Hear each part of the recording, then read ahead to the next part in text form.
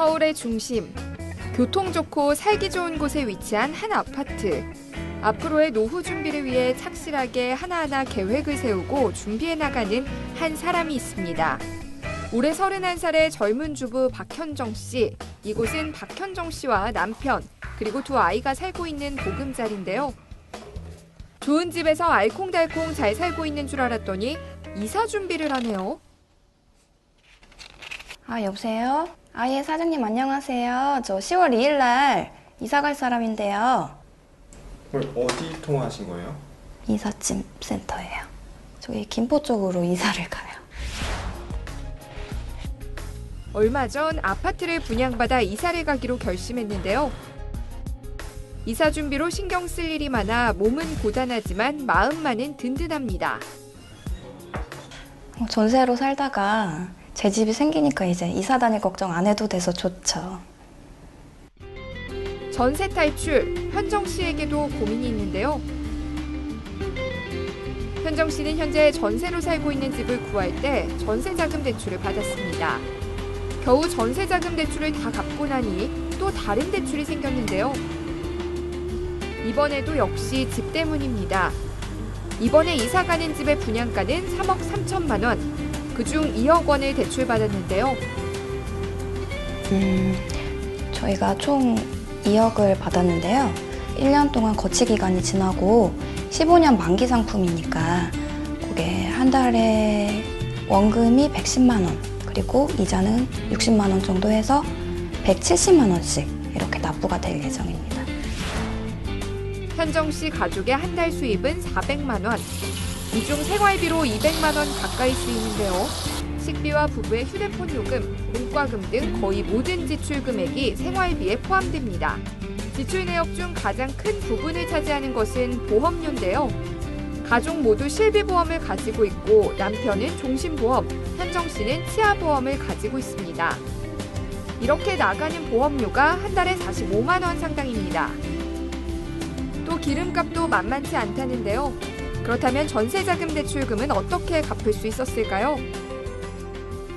기존에 이제 전세자금 대출 받은 거는 그냥 돈이 생기는 대로 남으면 무조건 다 상환하는 방식으로 갚아나갔어요.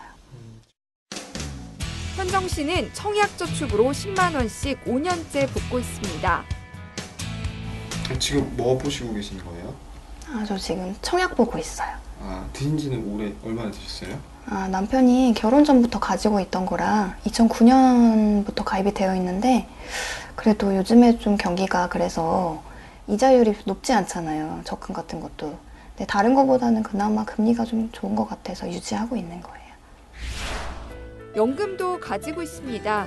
연금저축과 연금신탁 2개, 총 3개의 연금을 들고 있는데요.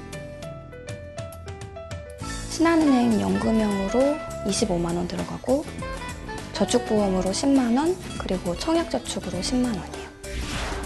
현정 씨는 노후 준비를 착실하게 하고 있는데요. 이게 그 연금 통장이에요? 예, 맞아요. 이거예요. 현정 씨의 노후 준비는 바로 연금입니다. 그러니까 지금 당장에는 개인연금 들어오는 거랑 남편이 이제 직장 생활을 하니까 국민연금 들어가는 거하고 퇴직연금까지 볼 수 있을까요? 지금까지 모은 돈은 1,500만 원 정도입니다. 엄마야. 앞으로의 노후 생활을 위해서 엄마라고 현정 불러봐. 씨만의 계획이 있습니다. 안녕. 사실 저희 남편이 이제 어떻게 보면 가장이니까 굉장히 하기 싫은 일이라도 해야 되는 상황이잖아요. 예전에 한번 남편한테 물어본 적이 있어요. 당신은 어떤 삶을 원하느냐 물어보니까 자기는 자유롭게 여행을 하고 싶다는 거예요. 근데 이제 저랑 함께하면 더욱 좋겠다라는 말을 해서 기분이 좋았는데, 아이들이 이제 결혼까지 시키고 남편하고 이제 저만 남았을 때 여행도 좀 다니고 이렇게 여유롭게 좀 생활을 하고 싶어요. 그러려면 한 5억 정도는 필요하지 않을까라고 짐작은 하거든요. 근데 지금 제가 실제로 가지고 있는 연금으로는 부족할 것 같기는 한데, 추가적으로 어떤 걸 준비를 해야 될지, 그리고 지금 잘 준비가 되고 있는지 이런 것들이 조금 궁금하기는 해요. 이런 거에 대해서 전문가 선생님이 좀 조언을 해주셨으면 합니다. 네, 저는 참 이렇게 네. 똑소리 나는 주부 같다라는 생각이 들고요. 네, 아직 앳된 얼굴인데도 정말 살림을 꼼꼼하게 하고 있어요. 아니 근데 좀 막 이게 마음이 좀 아픈 부분이 있어요. 네. 전세자금 대출을 겨우겨우 다 갚아놨더니 갚았는데. 이번에는 주택자금 대출을 2억 원 네. 또 받아가지고. 대출이 대출의 꼬리를 물고 네. 대출의 악순환이다. 이런 얘기를 제가 또 하나 용어를 만든 건가요? 네, 대출의 악순환. 자, 가정경제 현황을 좀 보면요. 네. 200만 원이 생활비, 그중 40만 원은 보험에 들고 있고 네. 불안한 노후를 위해서 신한은행에서 연금 25만 원, 연금저축 10만 원씩 들고 있다고 합니다. 네. 이거 조만간 해지를 해야 하느냐? 그렇죠. 본인도 이제 생각이 좀. 네, 어떻게 해야 될지 좀 고민이 많다고 합니다. 아이들 결혼시키고 이제 여행 다니면서 네, 좀 꿈은 여유롭게. 또 은퇴를 한 이후에 해외여행 다니면서 좀 여유롭게 살고 싶으세요. 나도 가고 싶다, 해외. 자, 우리 전문가분들은 네. 어떻게 생각하시는지요? 이 가정의 경제 괜찮다. 그럼 O. 네. 아니다. 그럼 X. 뭔가 좀 고쳐주고 싶다. 그럼 네. 또 마음이 여려서 나는 X는 도저히 못 들겠다 싶으면 세모. 하나, 둘, 셋 들어주세요. 네, 세모 X. 네, 이렇게. 오늘은 좀 결과가 안 좋아요. 네, 네, 세모 네. X. 네. 자, 일단 우리 김경록 전문가님서부터 문제를 잠깐 얘기해 볼까요? 네. 결과가 안 좋다는 게 조금 의아스러운데요. 네. 사실은 되게 준비를 많이 하시거든요. 저축을 되게 많이 하시지 않습니까? 예. 이게 지금 집을 사고 나서 그걸 원리금 갚는 것도 저축이거든요. 이전 같은 경우는 사람들이 돈을 모아놓았다가 집을 샀는데 네. 요즘은 집을 사고 나서 갚아나가는 형식이니까 네. 이전으로 치면 결국 저축을 하는 겁니다. 네. 그러니까 저축을 엄청나게 많이 하는데 이 결과가 별로 안 좋은데요. 아마 네. 그 이유가 너무 노후 대비나 이쪽에 너무 많이 치우치다 보니까 네. 현재 이제 살고 있는 부분, 그 다음에 이제 자식을 위해서, 자녀를 위해서 준비해야 될 부분. 그건 너무 장기만 많이 해놓으신 것 같아요. 네. 그래서 제가 이제 그런 부분에 대해서 조금 세모를 했습니다. 이분은 좀 너무 멀리 봤다라는 느낌을 예, 받으셨고. 예, 노후 쪽하고 저축한 것도 보면 연금 이게 다 장기성이지 그렇죠, 않습니까? 예. 그쪽만 다 들어가 있고 집도 어떻게 보면 보통 30대 15년. 중반이나 네. 이쯤 가서 이제 마련하고 그러셔도 되는데 바로 지금부터 또 전세자금 갚고 또 이거 하시고 부지런해요. 예, 그러니까 이게 알뜰하시기는 되게 알뜰하셔요. 네, 알뜰하다는 점에서는 조금만 이렇게 그렇지만, 바꾸시면은 뭐 저 노후에 전혀 문제가 없으실 것 같은데요. 컨설팅은 잠시 후에 하겠습니다. 네. 고경희 세무사님은 왜 세모를? 예, 뭐 소장님이랑 거의 비슷한 의견인데 아. 일단은 국민연금, 개인연금, 퇴직연금, 3층 연금을 다 지금 가입하고 계시기 때문에 네. 노후에 대비는 조금 아. 철저히 하시고 예. 계신 편인데 당장 아이 교육비나 이런 거에 대한 대비가 전혀 없으시니까 그런 부분을 조금 고쳐 나가야 될 것 같아서 중간을 선택했습니다. 네. 이렇게 약간 두 분이 긍정적으로 말씀하신 가운데 박상우 전문가님은 X라고 해놓고 나도 세모할 걸 그랬나? 이런 표정을 짓고 계신데요. 자, 박상우 전문가님의 얘기를 들어봅니다. 네, 잘 하시고 있는 부분도 있고 또 소장님 말씀대로 원리금에서 내년부터 110만 원씩 원금을 갚는 것은 그만큼 또 저축을 하는 부채를 줄여가는 만큼의 자산을 높여가는 건 분명하긴 하지만 네. 너무 장기적인 고정 비용들이 크다라는 겁니다. 특히 이제 아이들이 커나가는 단계에서는 양육비라든가 교육비 분들이 큰 화두가 되거든요. 이런 부분들을 감안했을 때는 지금은 모르겠지만 지금 제가 봤을 때는 거의 마이너스 10만 원 또는 거의 이제 제로가 되는 뭐 똔똔이 되는 그런 상황이 되는 건데 네. 앞으로 원리금이 100만 원 정도가 도래가 되면 네. 원금을 내야 되는 시점 110만 원을 내게 됐을 때는 제가 예상하건대 지금의 소득에서는 월 한 50 정도가 마이너스가 납니다. 어허. 즉 저축을 못 한다는 거죠. 네. 그렇죠. 연금 저축이라든가 보험들을 유지하기 참 어려운 상황이 돼서 좀 중요한 결정들 몇 가지 좀 해야 되겠다라고 네. 좀 경각심을 드리고 싶어서 잠시 후에 네. 정확하게 또 한번 찝어주십시오. 네. 근데 이분이 이제 워너비 노후의 모습, 네. 우리가 이제 워너비 얘기를 하니까 5억 정도를 이제 여유 자금으로 이제 가지면서 네. 뭐 떵떵거리기까지는 아니더라도 여유롭게 해외여행을 다니고 네. 싶다. 자, 이 5억은 또 어떻게 마련해야 될지. 근데 사실 1억 원을요, 3년 동안 모으려 그러면은 275만 원씩 매달 모아야 되는 거예요. 그래요? 네. 275만 원씩 1년, 3년을 모으면 1억이에요? 1억이에요. 진짜 그러면 똑똑하다. 그 돈을 얼마나 모아야지 5억 원이 될까? 성수아 기자님 275만 원씩 3년을 모아봤나 봐요. 아예 제가 주변에 모은 분들이 좀 계셔가지고요.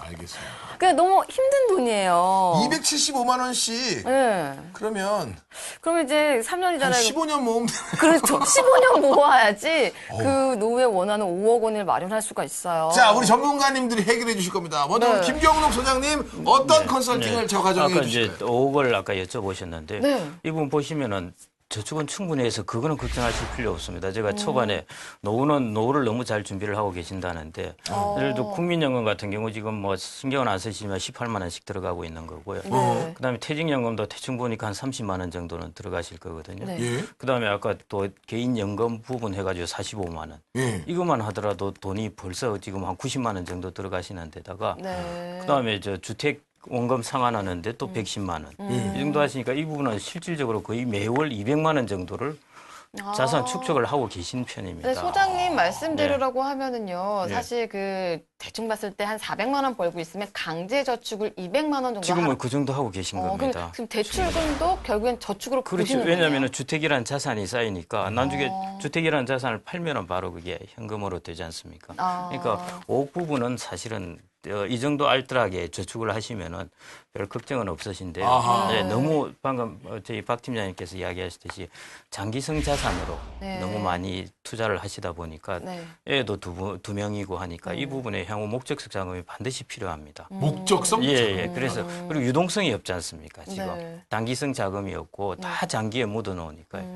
그래서 그런 부분을 좀 만드셔야 될 것 같습니다. 유동성 자금을 확보하기 위해서는 남편이 네. 비상금 같은 걸 몰래 비자금 같은 걸 저 분위기를 봐서는 아닐 것 같습니다. 자, 고경희 세무사님 어떤 컨설팅을 해주실래요? 네.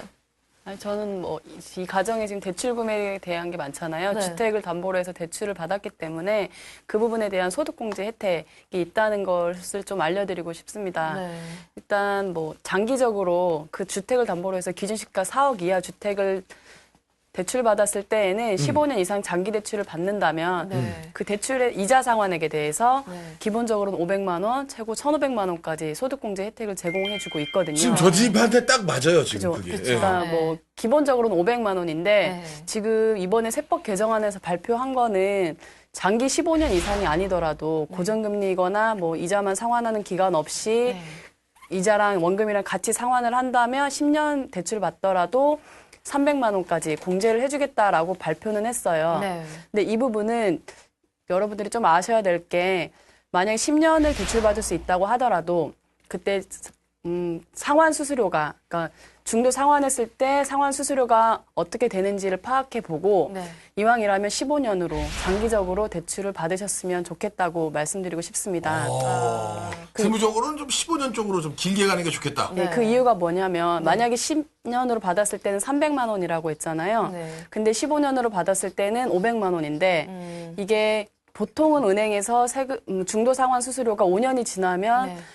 수수료가 거의 면제를 해주는 혜택을 많이 제공하고 있고 3년 정도 아니었던가요? 네, 3년이나 5년이 지나면 네. 보통은 면제를 해주고 네. 그다음에 기존에 소득공제 받은 경우에는 그때 일시 상환하는 그 해에만 소득공제를 못 받고 기존에 소득공제 받은 부분에 대해서는 불이익이 없기 때문에 이왕이라면 15년으로 대출을 저는 받는 점점 게 어려워지는데요. 절세의 말씀이. 팁입니다. 아니 근데 지금 이 집 같은 경우에는 지금 이자로 60만 원씩 매달 낸다고 했잖아요. 그럼 네. 1년이면 720만 원인데 장기 15년으로 했을 때는 500만 원까지 공제를 받으니까 그 나머지 220만 원에 대해서는 이제 그걸 내면 되는 건가요?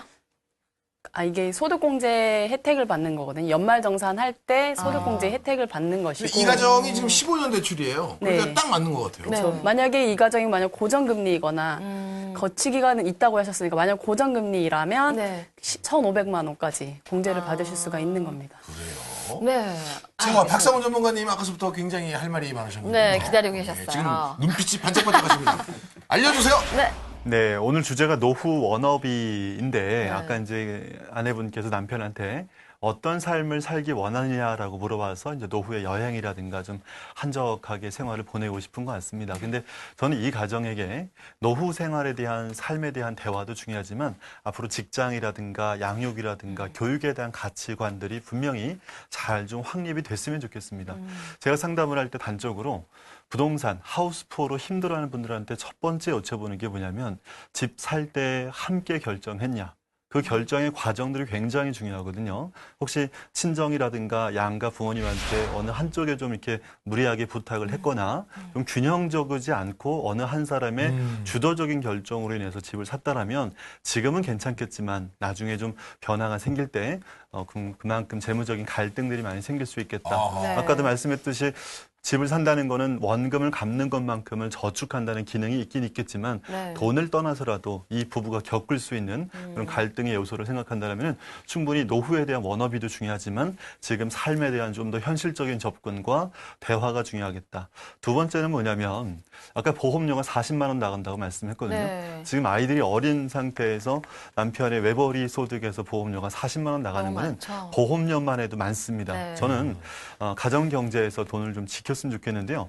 우리 예전에 광고 문구 중에 순간의 선택이 10년을 좌우합니다. 그렇죠. 그래서 저는 순간의 선택이 3억을 좌우한다라고 말씀드리는데요. 오. 종신보험들 저렴하게 정기보험으로 갈아타고 두 번째 비싼 안보험들 순수 보장형으로 가입하거나 네. 100세까지 필요 없고 80세까지라도 집중하고 네. 또한 저축성 보험들을 연금 펀드 같은 걸 통해서 수익률을 좀 더 확보한다라면은 30세 기준으로 노령기가 들어가는 70세까지 40년의 기간 동안 3억 정도의 돈이 차이가 납니다.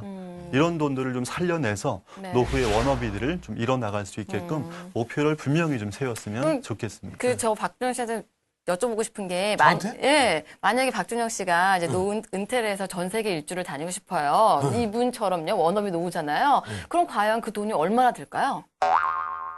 아, 전 세계 여행을 다니는데 세계 일주. 두 명이 같이요. 김지혜 씨랑 같이. 갑자기 왜 저한테 그걸 딸들은 결혼시켰어요. 원래 이렇게 하려고 그래요. 어떻게? 그 만약에 미국으로 간다. 그럼 이제 한인 방송 DJ를 하면서 네. 한 6개월 정도 또 거기서 또 자금을 또 축적하고 네. 평생 현역으로 돈 버시고. 네. 벌어야죠. 네. 갑자기 왜 물어보시는 거예요? 아, 그게 네. 왜 여쭤보냐면 사실 생각보다 돈이 많이 안 들더라고요. 아, 여행 가는데. 네, 저는 깜짝 놀란 게 그 커플이 부부가 전 세계 일주하는데 7,700만 원 정도예요. 5억까지 필요가 없어요. 왜 5억을 모아서 전 세계 뭐 초호화 호텔에 다니시려나 봐요. 혹시 뭐 그런 여행을 다녀오셨나 봐요? 제가 그러기에는 좀 돈이 빠듯해서. 네, 박상훈 전문가님. 아까 이분께서 노후 자금 5억 정도 있어야 되겠다라고 말씀을 드렸지만 5억 정도 은퇴해 60세 때 지금 한 30년 남아있을 것 같은데요. 30년 뒤에 5억은요. 얼마 안 됩니다. 그렇죠. 지금 돈으로 생각해도 5억이면 60세부터 1억에 한 30만 원. 5억이니까 한 150만 원 돈이거든요. 예. 150만 원 돈이면 최저 생활비일 수도 있습니다. 그리고 이 150만 원 돈의 30년 뒤의 돈의 가치는 얼마일까요? 40만 원밖에 안 됩니다. 그러니까 5억이 준비가 돼도 실제 생활비는 40만 원밖에 안 되는 이런 걸 봤을 때는 좀 더 적극적으로 부채에 대한 부담을 줄여나가면서 노후 준비를 해나가고 노후의 기본적인 생활비가 충족된 상황에서 노후의 워너비를 이뤄나갈 수 있었으면 좋겠습니다. 네. 세계 여행을 다니는데 7,700만 원 든다고 합니다. 네, 성선아 네. 기자의 이 알뜰 정보 네. 감사드리면서 행복한 노후 워너비 만드시기 바라겠습니다.